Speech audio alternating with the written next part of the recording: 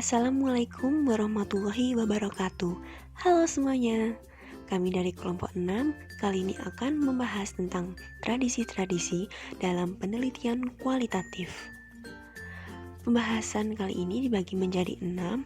Yang pertama ada grounded, kedua biografi, ketiga fenomenologi, yang keempat etnografi, yang kelima studi kasus, dan yang keenam interpretative phenomenological analysis atau IPA. Metode penelitian kualitatif dengan grounded theory sudah cukup banyak diminati akhir-akhir ini sebagai suatu upaya untuk memahami fenomena yang belum dapat dijelaskan berdasarkan teori-teori yang ada. Namun, literatur yang menjelaskan aplikasi penggunaan metodologi ini masih jarang ditemukan, terutama yang diterapkan terhadap suatu kasus tunggal, di mana riset yang dilakukan dengan tujuan mendapatkan sebuah teori yang kadangkala itu disebut sebagai grounded theory atau riset pembangunan teori building research, Eisenhardt 1989. Kemudian desain riset grounded theory sendiri merupakan seperangkat prosedur yang digunakan untuk menyusun sebuah teori yang menjelaskan sebuah proses mengenai sebuah topik substansif. Egan 2002. Lalu, metode grounded theory sendiri dikembangkan pertama kali oleh dua orang sosiolog, Bernie Glaser dan Anselm Strauss, yang mana dia menggali nilai dari data kualitatif untuk mengembangkan teori mengenai proses-proses sosial dan pengalaman manusia. Hasil utama dari suatu riset grounded teori ini adalah suatu teori yang memiliki beberapa komponen, yaitu 1. Fenomenal sentral, hubungan kausalitas, strategi, kondisi dan konteks, serta konsekuensi, yang semuanya merupakan kategori informasi yang harus termasuk di dalam teori yang dihasilkan. Riset dengan menggunakan metode grounded theory ini merupakan salah satu bentuk riset yang banyak membutuhkan keprofesionalan seorang ilmuwan, terutama dalam hal kejujuran. Kemudian ada kekuatan dan kekurangan. Menurut Eisenhardt, yang pertama dalam kekuatan itu, yang pertama ada kemungkinan ditemukan adanya suatu teori yang baru, di mana adanya penggabungan kenyataan yang saling bertentangan secara terus-menerus cenderung membebaskan pemikiran. Karena itu, proses ini memiliki potensi untuk menghasilkan teori dengan bias penelitian yang lebih sedikit daripada teori yang dibangun secara inkremental atau pengembangan dengan proses-prosesnya sampai dengan selesai dari proses yang deduktif. Kemudian yang kedua, bahwa teori yang muncul sangat mungkin dapat diuji dengan konstruksi yang dapat diukur dan hipotesis yang dapat dibuktikan kesalahannya, di mana konstruksi yang terukur kemungkinan karena telah diukur selama proses pembangunan teori. Yang ketiga, tingginya kemungkinan bahwa teori yang dihasilkan adalah valid, karena proses pembangunan teori secara erat terkait dengan bukti.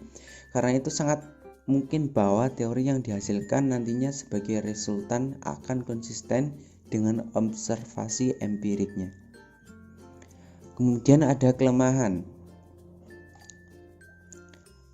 Pada grounded theory ini, yang pertama kelemahannya adalah bahwa penggunaan bukti empirik secara intensif dapat menghasilkan teori yang sangat kompleks.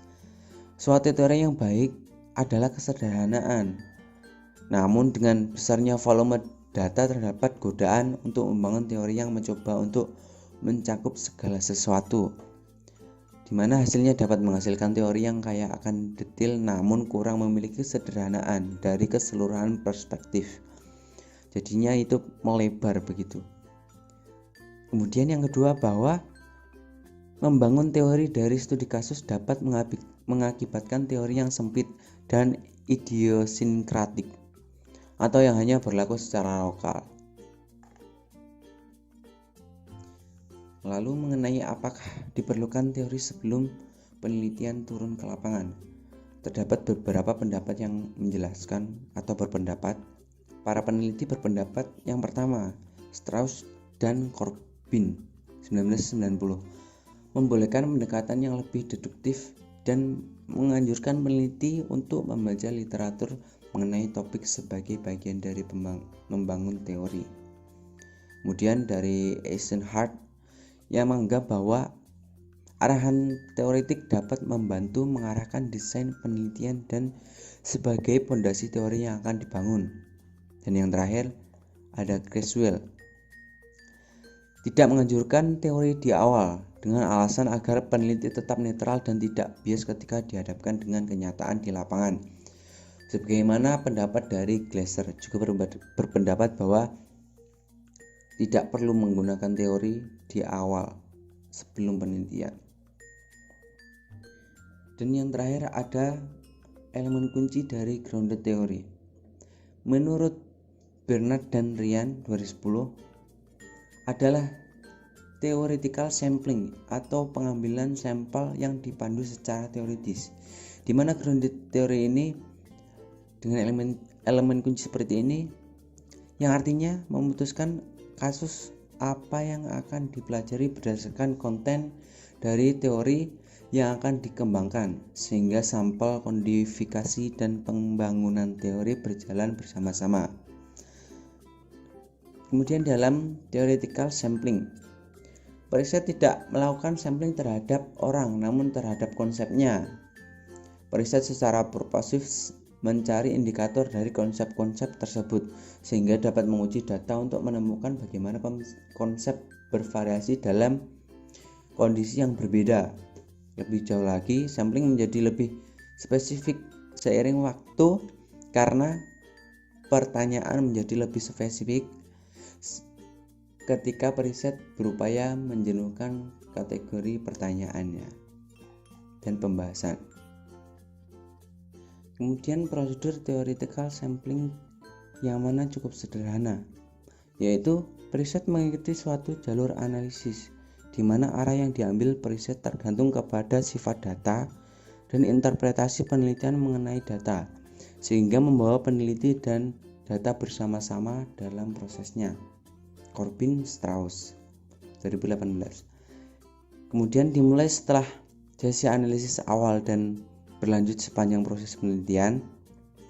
Jika periset menentukan bahwa suatu kategori menawarkan kedalam yang cukup dan cangkupan pemahaman mengenai suatu fenomena dan hubungan terhadap kategori lainnya yang telah jelas, maka periset dapat menyatakan bahwa sampling telah mencukupi untuk tujuan penelitiannya.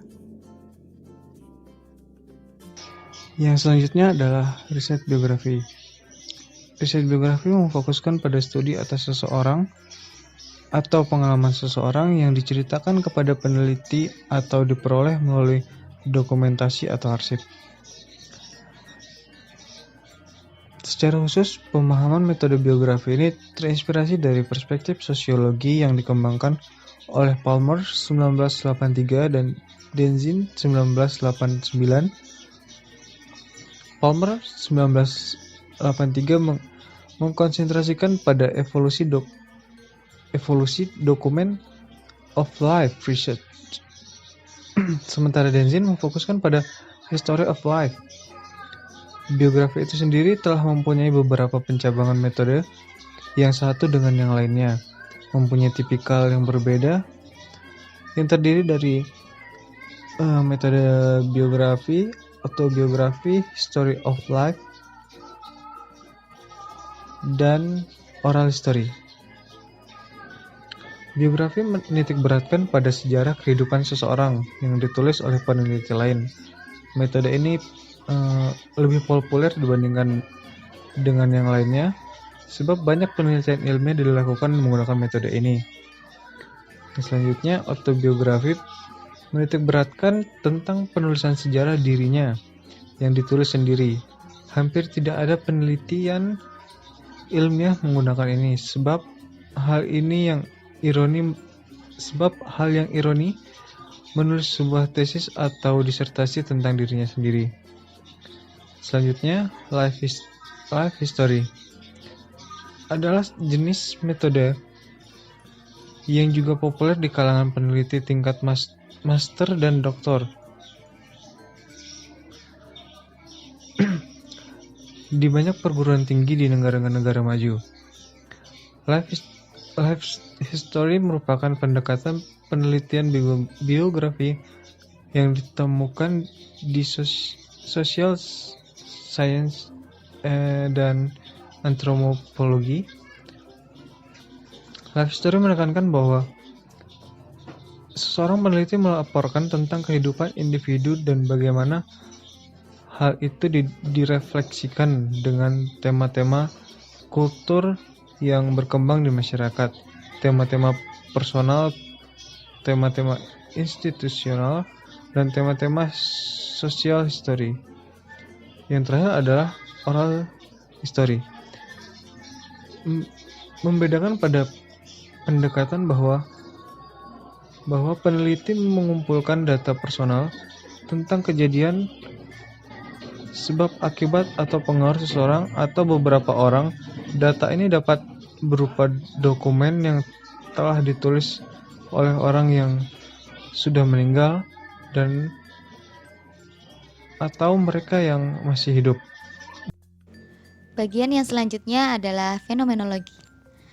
Dalam hal ini, peneliti berupaya menggambarkan fenomena dari subjek yang diteliti menurut pandangan peneliti itu sendiri. Namun, bukan berarti peneliti sok tahu.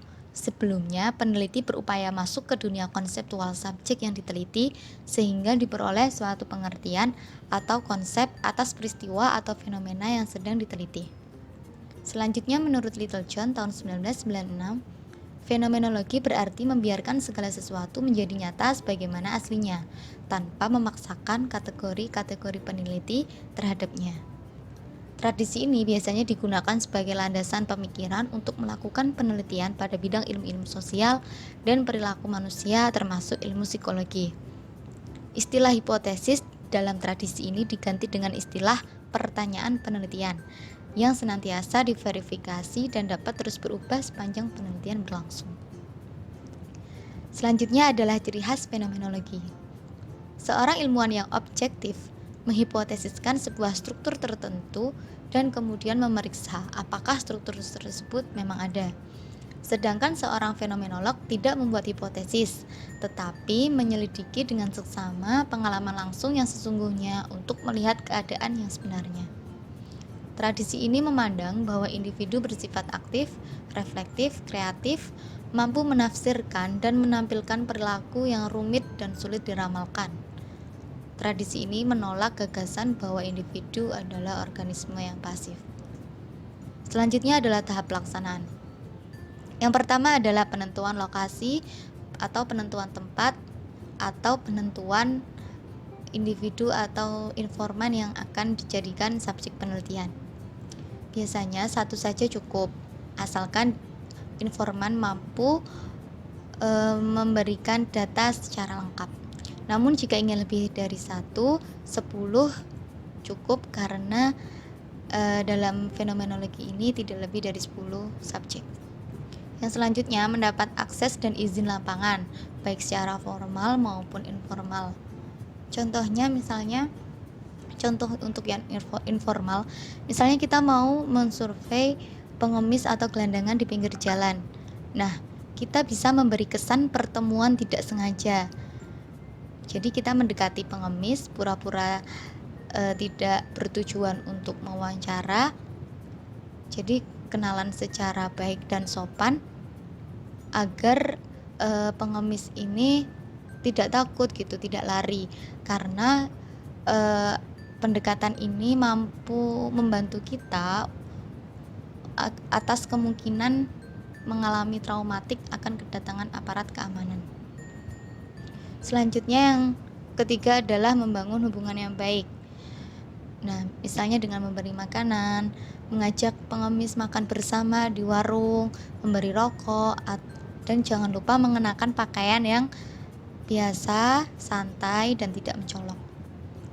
Yang keempat adalah purposefully sampling.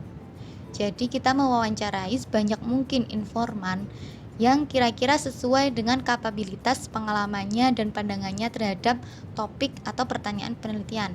Nah, nanti kemudian dipilih kembali beberapa informan yang mampu mengartikulasi pandangannya dan mengungkap lebih jauh tentang diri mereka melalui wawancara lebih lanjut. Yang nomor 5 yaitu mengumpulkan data. Ada beberapa cara. Yang pertama, observasi, baik secara partisipan maupun non-partisipan. Nah, contohnya yang non-partisipan, maksudnya contoh yang partisipan untuk survei pengemis, kita tidak harus ikut-ikutan mengemis, tapi kita menemani mereka, mengikuti aktivitas mereka, maupun yang non-partisipan itu melihat dari dekat atau melihat dari jarak yang jauh.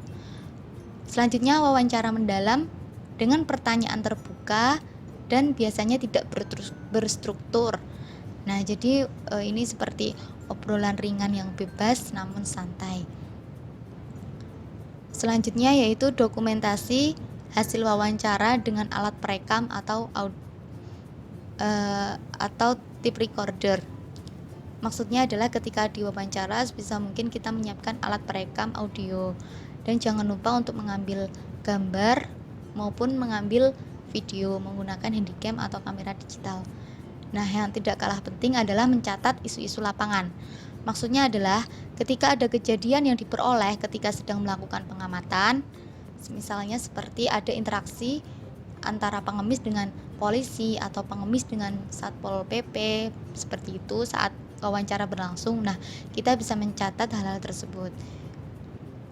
Selanjutnya yang nomor 6 adalah menyimpan data. Ya, jadi kita harus senantiasa memiliki arsip cadangan baik di file komputer maupun di handphone.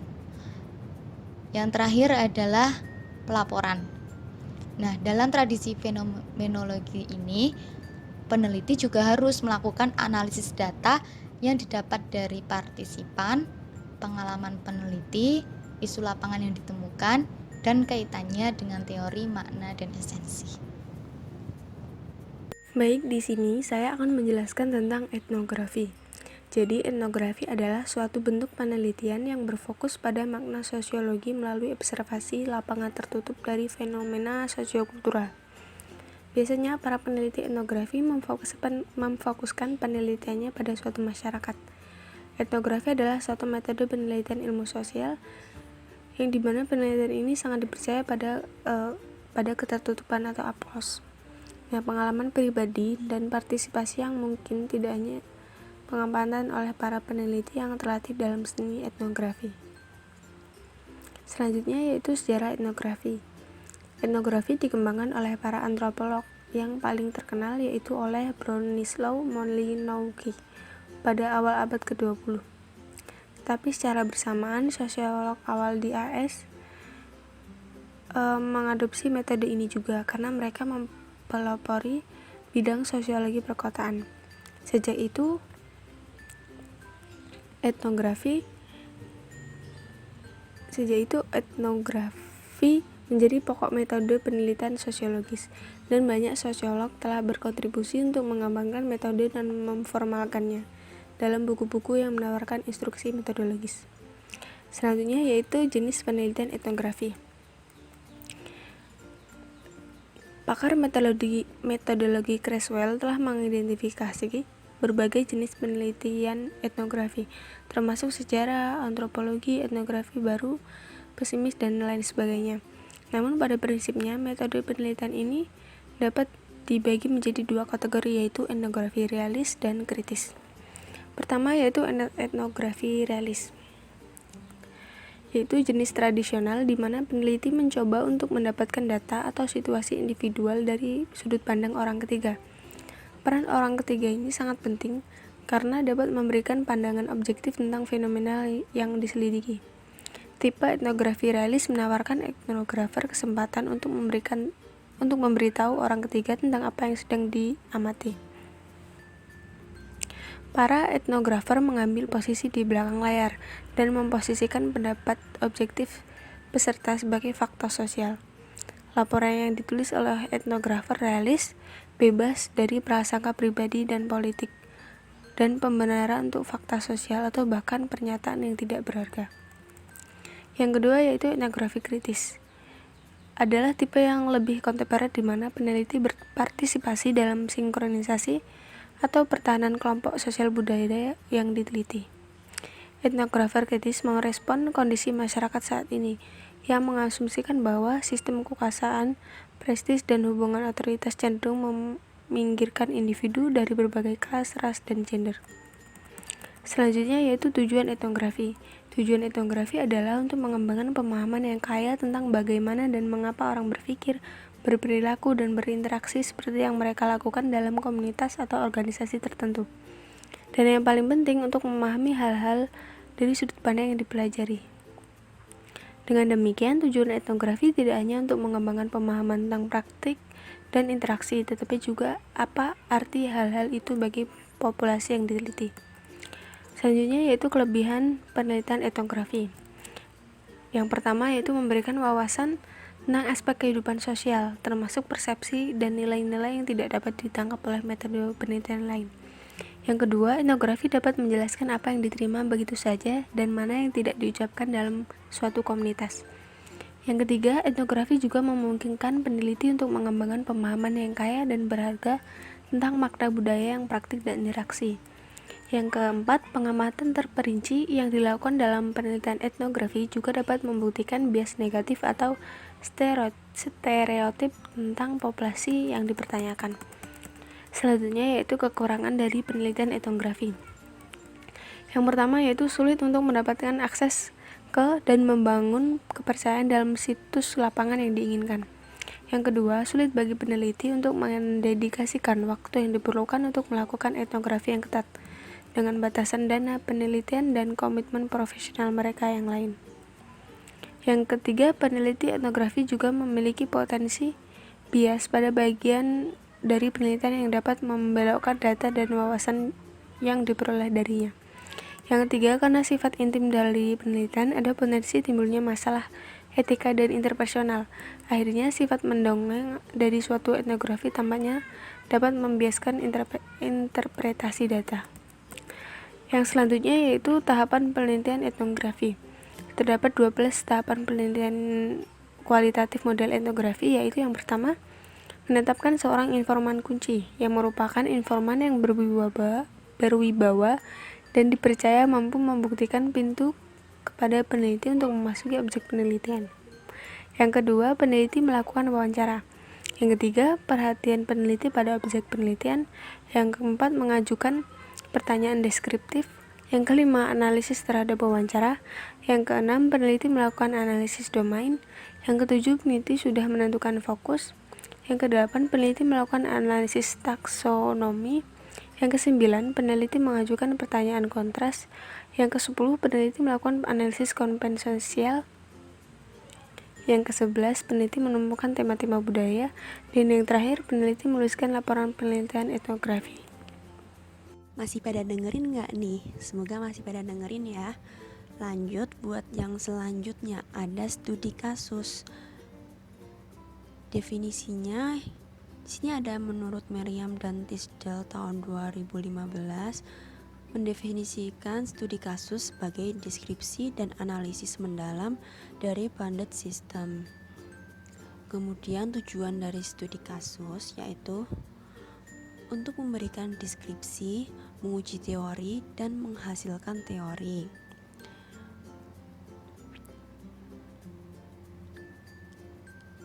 Penggunaannya sendiri pada studi kasus menurut Hartley tahun 2004, studi kasus dapat digunakan pada beberapa konteks.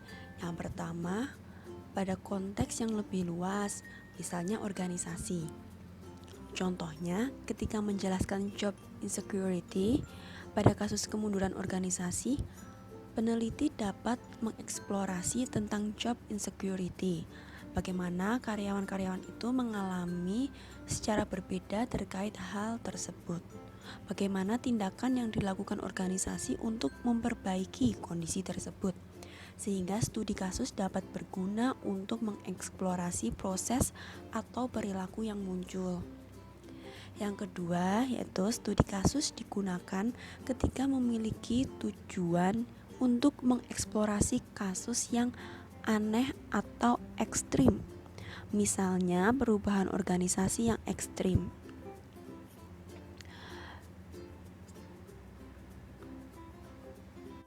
Kemudian yang ketiga yaitu studi kasus berguna menangkap sifat yang muncul dan berubah dalam organisasi yang tidak dapat ditangkap melalui survei karena proses atau aliran aktivitasnya yang demikian cepat, misalnya turnover karyawan yang tinggi. Yang keempat, studi kasus merupakan teknik untuk mengeksplorasi perilaku organisasi informal, tidak biasa, rahasia, bahkan terlarang. Kemudian yang kelima yaitu studi kasus digunakan untuk memahami praktik sehari-hari, di mana orang-orang yang terlibat tidak dapat dieksplorasi dalam kontak atau waktu yang singkat. Selanjutnya ada ruang lingkup. Yang pertama, studi kasus menyelidiki fenomena konteks kehidupan, terutama ketika batasan antara fenomena dan konteks tidak dapat dipisahkan dengan jelas. Kemudian yang kedua, penyelidikan studi kasus berhubungan dengan situasi yang khas di mana banyak variabel yang menarik. Bergantung pada banyaknya sumber bukti atau sumber data dengan data yang membutuhkan triangulasi dan pengecekan dengan hasil lainnya. Preposisi teoritis sebelumnya memberikan manfaat untuk memandu pengumpulan data dan analisis. Kemudian jenis-jenis studi kasus. Menurut Stake 1995, yang pertama ada studi kasus intrinsik. Studi kasus intrinsik dilakukan karena peneliti menginginkan pemahaman lebih baik pada kasus khusus yang sedang diteliti. Hal ini tidak dilakukan karena kasus tersebut mewakili permasalahan tertentu, tetapi dengan semua kekhususan dan keserupaan dalam kasus membuat kasus itu menjadi menarik. Tujuannya bukan untuk memahami fenomena umum, melainkan lebih pada minat intrinsik pada fenomena tertentu. Yang kedua ada studi kasus instrumental. Digunakan untuk memberikan wawasan tentang masalah atau koreksi atas penelitian sebelumnya. Kasus bukan merupakan hal yang utama, namun memiliki peran yang mendukung, memfasilitasi pemahaman peneliti tentang sesuatu yang lain. Kasus dilihat secara mendalam, konteksnya diteliti, kegiatannya dirinci untuk membantu peneliti menemukan tujuan penelitiannya. Kemudian pengumpulan data pada studi kasus. Menurut Jin 2002 menyarankan peneliti menggunakan ada 4. Yang pertama dokumen. Dokumen itu bisa berupa surat, memorandum, agenda, dokumen administrasi, artikel surat kabar, atau dokumen apapun yang berkaitan dengan penelitian. Triangulasi bukti melalui dokumen berfungsi untuk menguatkan bukti dari sumber lain. Dokumen juga dapat digunakan untuk membuat kesimpulan pada suatu peristiwa, mengarah pada petunjuk palsu jika peneliti tidak kurang berpengalaman. Dokumen dapat berbentuk arsip seperti catatan layanan, catatan organisasi, daftar nama, atau hasil survei. Yang kedua ada wawancara, yaitu merupakan sumber yang paling penting dalam pengumpulan data studi kasus. Bentuk wawancara terbuka yaitu partisipan berkomentar tentang peristiwa tertentu. Mereka dapat mengusulkan solusi atau memberikan wawasan atas suatu peristiwa. 3. Observasi. Observasi langsung dilakukan ketika kunjungan lapangan selama studi kasus. dan lebih baik jika dilakukan lebih dari satu orang. Pengamatan partisipan dapat dilakukan juga untuk membuat peneliti terlibat aktif. Yang keempat, ada artefak, yaitu berupa bukti fisik lain yang dikumpulkan selama pengambilan data lapangan. Kemudian selanjutnya ada analisis data. Menurut Yin 2002 merekomendasikan dalam analisis data dengan mengkategorikan data, kemudian mengatur data dengan 4 cara, yaitu yang pertama ada pencocokan pola, kedua membangun penjelasan, ketiga menemukan logika model, yang keempat melakukan analisis time series. Produk akhirnya adalah narasi yang menceritakan tentang kasus yang memungkinkan pembaca sepenuhnya menjadi paham pada kasus yang terjadi. Kemudian validasi datanya ada 3. Yang pertama, validitas konstruk didapatkan melalui triangulasi berbagai sumber bukti, rantai bukti, dan pengecekan data. Validitas internal didapatkan melalui penggunaan teknik analitik yang telah ditetapkan seperti pencocokan pola. Kemudian kalau validitas eksternal itu melalui generalisasi analitik dan reliabilitas melalui protokol atau tata cara urutan melakukan studi kasus. Kemudian ada bagaimana cara merancang studi kasus. Yang pertama yaitu memilih studi kasus. Peneliti perlu menentukan organisasi apa yang dicari, harus sesuai dengan kriteria yang ditentukan. Apa yang menjadi ciri khas atau fenomena yang dipelajari? Apakah ada kasus yang ekstrim? Apakah peneliti memiliki sumber daya jika ingin melakukan lebih dari satu kasus? Kemudian yang kedua yaitu memperoleh dan mempertahankan akses. Peneliti perlu memastikan bahwa key person dalam organisasi memberikan akses.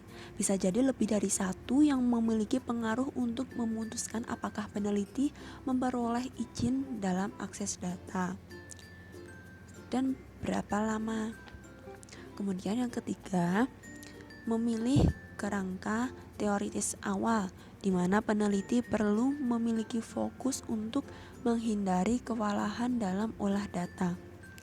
Peneliti dapat menentukan pertanyaan penelitian sederhana dengan fokus bagaimana dan mengapa.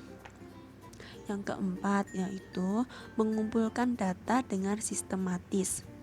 Mengingat sumber data yang tersedia dari berbagai sumber, peneliti perlu bertanya pada diri sendiri, apakah proses yang dilakukan berasal dari informan yang cukup luas? Adakah orang lain yang memiliki pandangan berbeda? Apakah ada data yang tidak mendukung? Apakah ada catatan dokumenter yang dapat diperiksa? Seperti itu. Kemudian yang kelima ada mengelola pengumpulan data. Peneliti menahan godaan untuk mengumpulkan data terus-menerus dengan pemikiran akan biaya dan pengelolaan data yang dikumpulkan. Apakah wawancara atau observasi akan menambah data dengan signifikan? Pada titik tertentu peneliti harus memutuskan untuk memberhentikan pengumpulan data. Yang keenam, menganalisis data. Peneliti melakukan deskripsi cermat terhadap data, misalnya dengan melakukan pengelompokan dalam topik tertentu, tema utama, pertanyaan utama, menggunakan tabel untuk mencari bola. Yang ketujuh, menutup kasus. Jika telah selesai, peneliti dapat membahas temuan dan rekomendasi dengan pemangku kepentingan dan membuat laporan penelitian. Yang selanjutnya ada Interpretative Phenomenological Analysis atau APA. Pengertiannya sendiri yaitu suatu proses penelitian dinamis kualitatif yang memungkinkan eksplorasi subjektif dari pengalaman perspektif peserta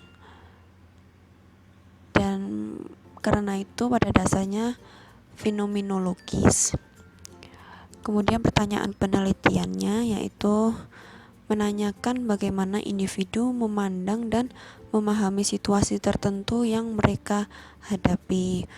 Contohnya, bagaimana perasaan identitas wanita berubah selama menjadi ibu. Tujuan dari pertanyaan ini adalah untuk mengatur suasana untuk studi eksploratif dan fleksibel. Kemudian sampel.